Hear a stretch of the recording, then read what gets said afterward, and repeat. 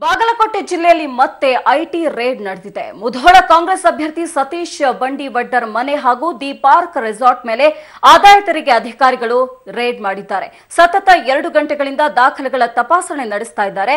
ಇನ್ನು ಗದಗದಲ್ಲಿ ಸಚಿವ ಎಚ್.ಕೆ. ಪಾಟೀಲ್ ಆಪ್ತರನ್ನ ಗುರಿಯಾಗಿಟ್ಟುಕೊಂಡು ಐಟಿ ದಾಳಿ ನಡೆದಿದೆ. ಕಾಂಗ್ರೆಸ್ ಮುಖಂಡ ಗುರಣ್ಣ ಬಳಗಾನೂರು ಮನೆ ಮೇಲೆ ಐಟಿ ಅಧಿಕಾರಿಗಳು ಲಗ್ಗೆಯಿಟ್ಟರು. ಗದಗ ನಗರದ ಕಳಸಾಪುರ ರಸ್ತೆಯ ಡಂಬಳ ನಾಕಾ ಬಳಿಯ ಮನೆಯಲ್ಲಿ ಶೋಧ ಕಾರ್ಯ ನಡೆಸಿದ್ರು. ಒಟ್ಟು 3 ಮನೆಗಳ ಮೇಲೆ ಆದಾಯ ತೆರಿಗೆ ಅಧಿಕಾರಿಗಳು ರೇಡ್ ಮಾಡಿದ್ದು ದಾಖಲೆಗಳ ಪರಿಶೀಲನೆ ನಡೆಸ್ತಾ ಇದ್ದಾರೆ.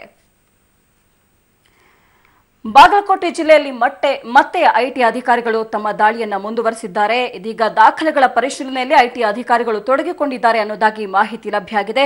ಮುಧೋಳದ ಕಾಂಗ್ರೆಸ್ ಅಭ್ಯರ್ಥಿ ಸತೀಶ್ ಬಂಡಿವಡ್ಡರ್ ಹಾಗೂ ದಿ ಪಾರ್ಕ್ ರೆಸಾರ್ಟ್ ಮೇಲೆ ಆದಾಯ ತೆರಿಗೆ ಅಧಿಕಾರಿಗಳು ಈ ಸಂದರ್ಭದಲ್ಲಿ ರೇಡ್ ಮಾಡಿದ್ರು.